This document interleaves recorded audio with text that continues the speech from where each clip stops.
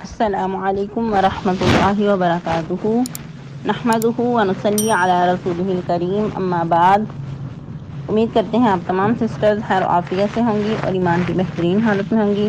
اللہ رب العزت سے دعا ہے آپ کی طرف ہر بننے والا شر خیر میں بدل دے، آمین آمین۔ میری سسٹرز، ہم لوگ سورۃ الانعام آیہ مبارکہ 44 تک ٹرانسلیشن اور آیہ مبارکہ 43 تک تفسیر کر چکے تھے۔ آج مزید 3 آیہ مبارکہ کی ٹرانسلیشن کریں گے اور تفسیر کا لیسن آیہ مبارکہ 44 سے سٹارٹ کریں گے۔ رب اشرح لی صدری ویسر لی امری واحلل عقدۃ من لسانی یفقہوا قولی اللہم بارک لنا فی اوقاتنا اللہم فقہنا فی الدین اللہم انی اسألک الہدی والتقی والعفاف والغنی اللہم الہمنی رشدی واعذنی من شر نفسی اعوذ باللہ من الشیطان الرجیم بسم اللہ الرحمن الرحیم فقطع دابر القوم الذین ظلموا والحمد للہ رب العالمین قل ارأیتم ان اخذ اللہ سمعکم وابصارکم وختم علی قلوبکم من الہ غیر اللہ یأتیکم بہ انظر کیف نصرف الآیات ثم هم یصدفون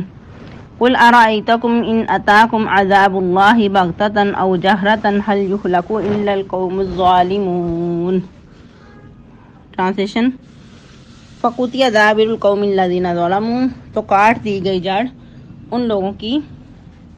جو ان میں ظالم تھے۔ والحمدللہ رب العالمین، اور تمام تعریفات اللہ رب العالمین کے لیے ہیں۔ قل ارأیتم، آپ فرما دیجئے بلا دیکھو تم، ان اخذ اللہ، اگر چھین لے اللہ تم سے، سمعکم تمہارے کان، و ابصارکم اور تمہاری آنکھیں، و ختم علی قلوبکم اور تمہارے دلوں پہ مہر لگا دے، من الہ غیر اللہ، کون الہ ہے اللہ کے علاوہ، یأتیکم بہ، جو لے آئے تمہارے پاس یہ سب کچھ، انظر کیف نصرف الآیات، دیکھو کس طرح کھول کھول کر بیان کرتے ہیں، ثم ہم یصدفون، پھر بھی وہ پھرے جاتے ہیں۔ قل ارأیتکم، کہہ دیجئے بلا دیکھو تم، ان اتاکم، اگر آ جائے تمہارے پاس، عذاب اللہ، اللہ کا عذاب، بغتتاً اچانک، او جہرتاً یا اطلاع آنے کے بعد، هل یہلک الا القوم الظالمون، کیا ہلاک ہوگا ظالم لوگوں کے علاوہ بھی کوئی؟ تفسیر آیہ مبارکہ 44 سے، فلما نسوا ما ذکروا به فتحنا علیہم ابواب کل شیء حتی اذا فرحوا بما اوتوا اخذناہم بغتۃ فاذا ہم مبلسون۔ ہم لوگ کل کے لیسن میں پڑھ رہے تھے کہ اللہ رب العزت نے پہلی قوموں کی طرف بھی بہت سارے انبیاء رسول بھیجے، لیکن ان کی قوموں نے ماننے کی بجائے ان کو جھٹلا دیا، تو اللہ رب العزت نے ان کو عذابات بھیج کر ان کو سمجھانے کے لیے ان کی پکڑ کی، لیکن اس پکڑ کے باوجود، عذابات کو دیکھنے کے باوجود بھی انہوں نے عاجزی اختیار نہ کی، اللہ کی خشیت نہیں اپنائی، کیونکہ اس طرح عذابات بھیجنے کا مقصد ہوتا ہے کہ انسان سمجھ جائے، سنبھل جائے۔ اللہ رب العزت بڑے بڑے عذابات کے سے پہلے چھوٹے چھوٹے عذابات بھیجتے ہیں تاکہ انسان پلٹ آئے، عاجزی اختیار کرے، اللہ کی خشیت کو اپنائے اور راہ راست پہ آ جائے۔ جس طرح کہ ایک اور مقام پہ اللہ رب العزت فرماتے ہیں، سورہ سجدہ میں فرماتے ہیں وَلَنُذِيقَنَّهُم مِّنَ الْعَذَابِ الْأَدْنَىٰ دُونَ الْعَذَابِ الْأَكْبَرِ لَعَلَّهُمْ يَرْجِعُونَ، البتہ تحقیق چکھایا ہم نے ان کو بڑے عذابات سے پہلے چھوٹے عذاب یا دنیا کے بھی عذاب، تاکہ وہ لوٹ آئیں۔ پھر مزید ایک اور مقام پہ فرماتے ہیں سورہ اعراف میں وَمَا أَرْسَلْنَا فِي قَرْيَةٍ مِّن نَبِيٍّ إِلَّا أَخَذْنَا أَهْلَهَا بِالْبَأْسَاءِ وَالضَّرَّاءِ لَعَلَّهُمْ يَضَّرَّعُونَ، کہ نہیں بھیجا ہم نے کسی بستی میں کوئی نبی مگر پکڑ لیا ہم نے اس کے اہل کو تکلیفوں سے، آزمائشوں سے، تاکہ وہ عاجزی اختیار کریں۔ لیکن بعض لوگ ایسے ہوتے ہیں کہ ان کے اندر ہٹ درمی، ڈٹائی کی انتہا، جن کے دل سخت ہو چکے ہوتے ہیں، وہ عذاب دیکھ کر بھی نہیں ڈرتے، بلکہ بعض اوقات کچھ لوگ تو باتیں کرتے نظر آتے ہیں کہ یہ تو زمانے کے حادثے ہیں، یہ تو اس طرح کے کام ہوتے ہی رہتے ہیں۔ جس طرح آج ہم اپنا ہی حال دیکھ لیں کہ کچھ سال پیچھے چلے جائیں تب لوگ بہت ڈرا کرتے تھے، چھوٹے چھوٹے عذاب دیکھ کر، آزمائشیں دیکھ کر ڈر جاتے تھے، سنبھل جاتے تھے۔ لیکن اس کے برعکس آج کیا حالات ہو چکے ہیں کہ زلزلے اور آفات دیکھ کر بھی لوگ لرزتے نہیں ہیں، بلکہ اپنی ہی دنیا میں مگن رہتے ہیں۔ بلکہ آج جو گناہ ہیں وہ پہلے سے زیادہ ڈٹائی کے ساتھ ہوتے نظر آ رہے ہیں۔ تو کیا وجہ ہے کہ دل سخت ہو چکے ہیں، اللہ کی جو خشیت ہے وہ ختم ہو چکی ہے۔ اور پھر مزید اس کے علاوہ جیسا کہ ہم نے کل کے لیسن میں پڑھا، وَلَٰكِنْ قَسَتْ قُلُوبُهُمْ وَزَيَّنَ لَهُمُ الشَّيْطَانُ مَا كَانُوا يَعْمَلُونَ، اور شیطان نے ان کے اعمال بد جو تھے وہ ان کو اچھے کر دکھائے کہ انسان غلط بھی کرتا ہے، لیکن شیطان نے ایسا خول چڑھا دیا ہے، شیطان یہی تھپکی دیتا ہے کہ تم بہت اچھا کر رہے ہو، تم تو مسلمان ہو، تم سے اگر گناہ ہو بھی جاتا تو کوئی بات نہیں ہے۔ لیکن افسوس کہ آج ہم پیدائشی مسلمان ہیں، حقیقت میں ہم نے اسلام قبول کیا ہی نہیں ہے، لیکن ہم لوگ آج مسلمان ہونے کا لیبل اوپر چڑھا کر اسی خوش فہمی میں مبتلا ہو کر گناہوں میں بھی بڑھتے چلے جا رہے ہیں۔ تو اللہ رب العزت کیا فرما رہے ہیں، فَلَمَّا نَسُوا مَا ذُكِّرُوا بِهِ فَتَحْنَا عَلَيْهِمْ أَبْوَابَ كُلِّ شَيْءٍ، پس جب وہ بھول گئے جس کی نصیحت کی گئی تھی ان کو، تو کھول دیا ہم نے ان پر دروازے ہر چیز کے، ابواب کل شیء، ہر چیز کے دروازے کھول دیے۔ حتیٰ اذا فرحوا بما اوتوا، یہاں تک کہ جب وہ خوش ہو گئے اس سے جو کچھ ہم نے ان کو دیا تھا، اخذناہم بغتۃ فاذا هم مبلسون، پکڑ لیا ہم نے ان کو اچانک تو اس وقت وہ نا امید ہو کر رہ گئے۔ یہ انسانی نیچر جو ہے وہ ایکسٹریم اختیار کرنے والی ہے۔ انسان کو اعتدال کی راہ سکھائی گئی، لیکن اعتدال کی راہ جب چھوڑ دی تو پھر اپنے لیے بہت بڑے بڑے گڑھے کھود لیے۔ انسانی نیچر کیا ہے کہ یا تو گناہ کرتے کرتے بھی یہی کہہ کر انسان بات ٹال دیتا ہے کہ اللہ بڑے غفور و رحیم ہیں، یا پھر دوسری طرف مشکلات دیکھ کر بالکل انسان نا امید ہی ہو جاتا ہے۔ لیکن بندہ مومن کی شان کے لائق نہیں ہے، بندہ مومن اعتدال کی راہ اختیار کرتا ہے، دو حالتوں کے درمیان جیتا ہے، ایک طرف اللہ کے عذابات کا ڈر بھی اور دوسری طرف اللہ کی رحمت کی امید بھی۔ تو ان لوگوں کا حال کیا ہوا کہ جب یہ عذابات دیکھ کر بھی ڈرے نہیں، اللہ کی خشیت نہیں اپنائی، تو پھر اللہ تعالیٰ نے ان کو ان کے حال پہ چھوڑ دیا اور نعمتوں کی فراوانی کر دی، ان کو خوب ان دولت جو تھی وہ عطا کر دی، دنیا کی ہر طرح کی رنگینیاں ان کو دے دیں، اس میں خوب مست ہو گئے، خوب اپنے آپ میں انجوائے کرنے لگے۔ تو بعض اوقات کیا ہوتا ہے کہ انسان کو جب بہت زیادہ نعمتیں مل جاتی ہیں، دنیا مل جاتی ہے، تو انسان سمجھتا ہے کہ اللہ مجھ پہ بہت راضی ہیں، اسی لیے مجھے دنیا اتنی عطا کی ہوئی ہے۔ لیکن انسان کو ہر حال میں ڈرنا چاہیے، کیونکہ بعض اوقات دنیا کا بہت زیادہ ملنا بھی انسان کے لیے وبال جان ہوتا ہے اور ایک عذاب کی شکل ہوا کرتی ہے۔ انسان کو چاہیے کہ ہر حال میں اپنا محاسبہ کرتا رہے، ایسا نہ ہو کہ نعمتیں ملنے کے بعد انسان غفلت میں پڑ جائے اور پھر اللہ کی ناراضگی کا سبب بنے اور اللہ کے عذاب آ جائیں، اس وقت بھی انسان کے پاس توبہ کرنے کی بھی مہلت باقی نہ رہے۔ تو پہلی قوموں کے ساتھ بھی کچھ ایسا ہی ہوتا رہا، جس طرح کہ اللہ رب العزت ایک اور مقام پہ فرماتے ہیں سورہ اعراف میں ہی، جو ہم پہلے بھی آیا مبارکہ پڑھ چکے ہیں، ثم بدلنا مکان السیئۃ الحسنۃ حتی عفوا وقالوا قد مس آباءنا الضراء والسراء فاخذناهم بغتۃ وهم لا يشعرون۔ کہ اللہ رب العزت کیا فرماتے ہیں کہ ہم نے نہیں بھیجا کسی بستی میں کوئی نبی مگر پکڑا ان کے رہنے والوں کو مشکلات اور مصیبتوں نے تاکہ وہ عاجزی اختیار کریں، پھر بدل دیا ہم نے برائی کی جگہ پہ اچھائی کو، ان کے جو مشکل حالات تھے ان کو بدل کر ان کو خوشحالیاں دے دی، یہاں تک کہ اس میں وہ خوب مگن ہو گئے، خوب خوشحال ہو گئے، اور وہ کہنے لگے کہ اس طرح کی جو مشکلات تھیں، مصیبتیں تھیں، خوشحالیاں تھیں، یہ ہمارے پہلے لوگوں کو بھی پہنچتی رہیں۔ تو اللہ کہتے ہیں کہ جب اس طرح کی انہوں نے باتیں کی اور خوب اپنے ہی آپ میں مگن ہو گئے، فَأَخَذْنَاهُمْ بَغْتَةً، تو ہم نے ان کو پکڑ لیا اچانک، وَهُمْ لَا يَشْعُرُونَ، اور وہ اس حال سے لا شعور تھے، ان کو اس حال کی کچھ خبر ہی نہیں تھی کہ ہمارے ساتھ یہ کچھ بھی ہونے والا ہے۔ تو اس آیت مبارکہ میں بھی اللہ تعالیٰ یوں ہی کچھ فرما رہے ہیں، حتیٰ اذا فرحوا بما اوتوا اخذناہم بغتۃ فاذا هم مبلسون، یہاں تک کہ جب وہ خوب خوش ہو گئے جو کچھ ان کو ہم نے دیا تھا تو ہم نے پکڑ لیا ان کو اچانک، اس وقت نہ وہ نا امید ہو کر رہ گئے۔ تو اگر آج ہم اپنے حال پہ غور و فکر کریں تو کچھ یہی حالات ہمارے بھی ہیں۔ جب ہم کسی کو دیکھتے ہیں مشکل میں مبتلا ہے تو اس کے بارے میں ہم فوراً سے ججمنٹ قائم کرنے لگتے ہیں کہ یہ تو گناہوں میں مبتلا ہے، یہ تو مصیبت میں پکڑا ہوا ہے، اپنے ہی گناہوں کی اب پکڑ ہے اس پہ۔ یا اگر کوئی بہت زیادہ خوشحال ہے، بہت اس کو دنیا ملی ہے، چاہے وہ دنیا داری میں کتنا ہی مبتلا ہو جائے اور اللہ کو بھول جائے، غفلت میں پڑا ہوا ہے،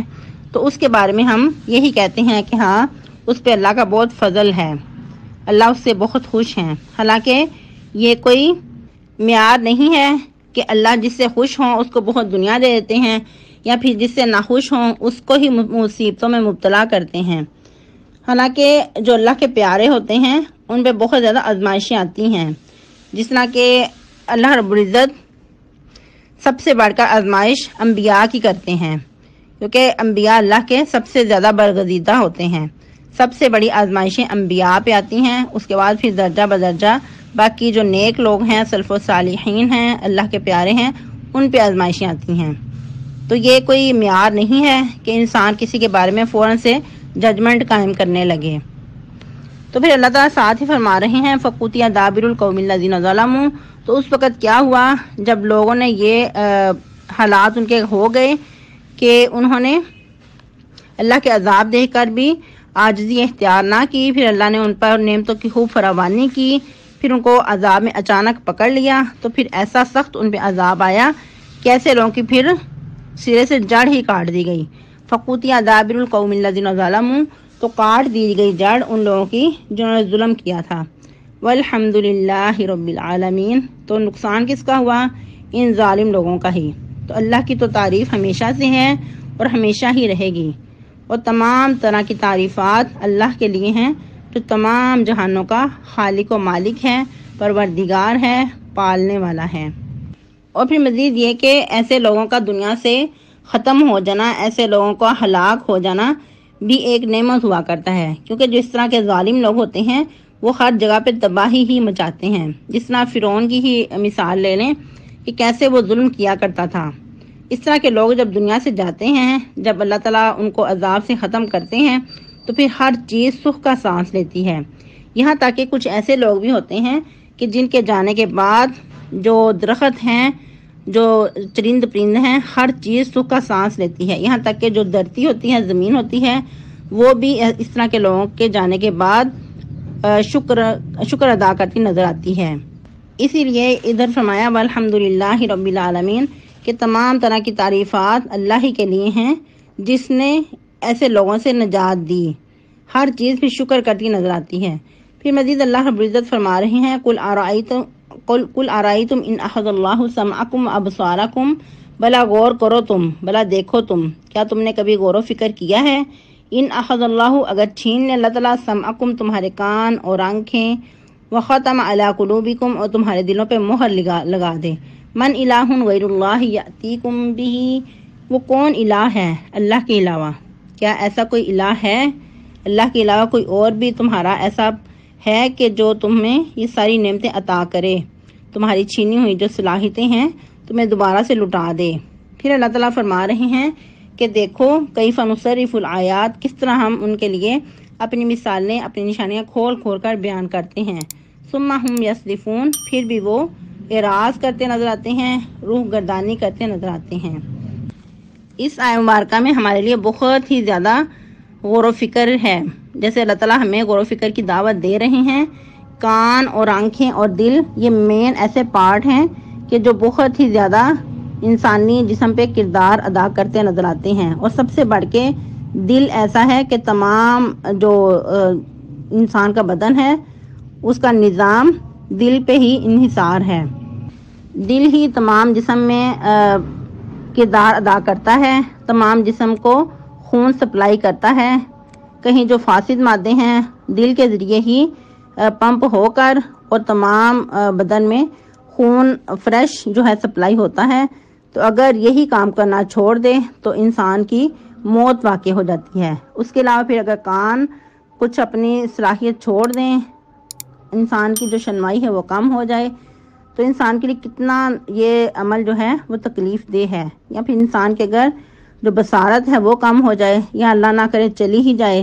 تو پھر انسان اس وقت اس چیز کی کتنی کمی محسوس کرتا ہے۔ اور ان نعمتوں کی قدر ان سے پوچھیں کہ جن کے پاس یہ نعمتیں نہیں ہیں یا جن سے یہ نعمتیں چھین چکی ہیں۔ تو جن کے پاس یہ نعمتیں ہیں ان کو شاید ان چیزوں کی اتنی قدر نہیں ہے، کیونکہ ان کے پاس ہمیشہ سے یہ نعمتیں ہیں،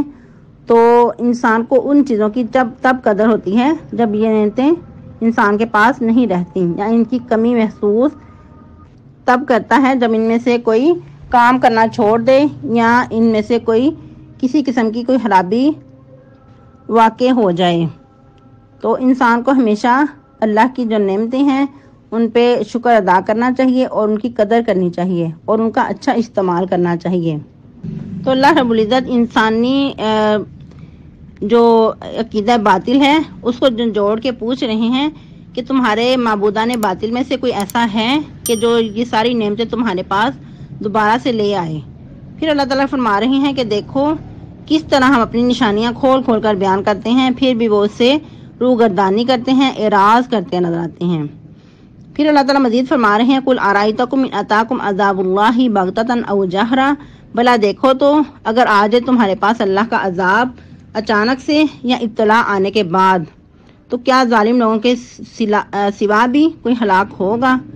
یقیناً ظالم لوگ ہی اس میں ہلاک ہوں گے۔ ظالموں کی جو ہلاکت ہے وہ اٹل ہے، کیونکہ جب انسان گناہوں پہ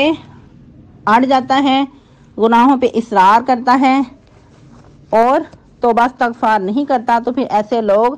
اللہ کی رب العزت کی عذاب کے مستحق قرار پاتے ہیں۔ کیونکہ جب پہلی قوموں پہ عذابات آیا کرتے تھے تو انبیاء کو، رسولوں کو اطلاع دے دی جاتی تھی کہ آپ جو نیک لوگ ہیں ان کو لے کر ایک سائڈ پہ ہو جائیں، اب ان پہ عذاب آ کر ہی رہے گا۔ جس طرح قوم لوط ہیں تو ان کے بارے میں بھی جب عذاب کی وعید آئی تو لوط علیہ السلام کو کہا گیا کہ آپ اور میرے بندوں کو لے کر الگ ہو جائیں، ان پہ اب عذاب آ جائے گا، تو عذاب سے یہ بچ نہیں سکیں گے، ان کے عذاب کی وعید جو ہے وہ ثابت ہو کر رہے گی۔ تو ہر انسان کو چاہیے کہ اللہ کے عذابات سے ڈرتا رہے اور گناہوں سے بچتا رہے، کیونکہ جب انسان گناہ کرنے پہ مصر ہو جاتے ہیں، اللہ کی ناراضگی مول لیتے ہیں اور کسی بھی طرح سے توبہ استغفار نہیں کرتے، اللہ کی طرف پلٹتے نہیں، تو پھر اللہ کے عذاب جو ہیں ان پر واقع ہو جاتے ہیں۔ ہمارا آج کا ہوم ورک ہوگا کہ شعوری طور پہ کثرت سے توبہ استغفار کریں گے اور اپنا محاسبہ کریں گے کہ ہمارا یہ حال تو نہیں کہ گناہ بھی کرتے جاتے ہیں اور اس پہ نادم بھی نہیں ہوتے، کیونکہ جب انسان سے گناہ ہو جاتے ہیں انسان نادم ہوتا ہے، پلٹ آتا ہے، تو پھر اللہ کے عذاب سے بچ جاتا ہے۔ یہ ہم لوگ آیہ مبارکہ 47 تک ترجمہ تفسیر پڑھ چکے ہیں۔ کل فرائیڈے ہے، فرائیڈے کی آپ لوگوں کو چھٹی ہے، تو سنتوں کا خیال رکھیے گا۔ سورۃ الکہف، صدقہ خیرات، درود شریف کی کثرت اور مسواک۔ سبحانک اللہم ربنا و بحمدک نشہد ان لا الہ الا انت نستغفرک و نتوب الیک۔ اور اس کے علاوہ نمازوں کی بھی پابندی، جیسا کہ دن بہت چھوٹے ہیں اور کام کرتے کرتے بعض اوقات نماز بہت لیٹ کر لیتے ہیں، تو نمازوں کا پہلے سے خیال رکھیں اور ان کو ٹائم پہ پڑھنے کی کوشش کریں۔ السلام علیکم ورحمۃ اللہ وبرکاتہ۔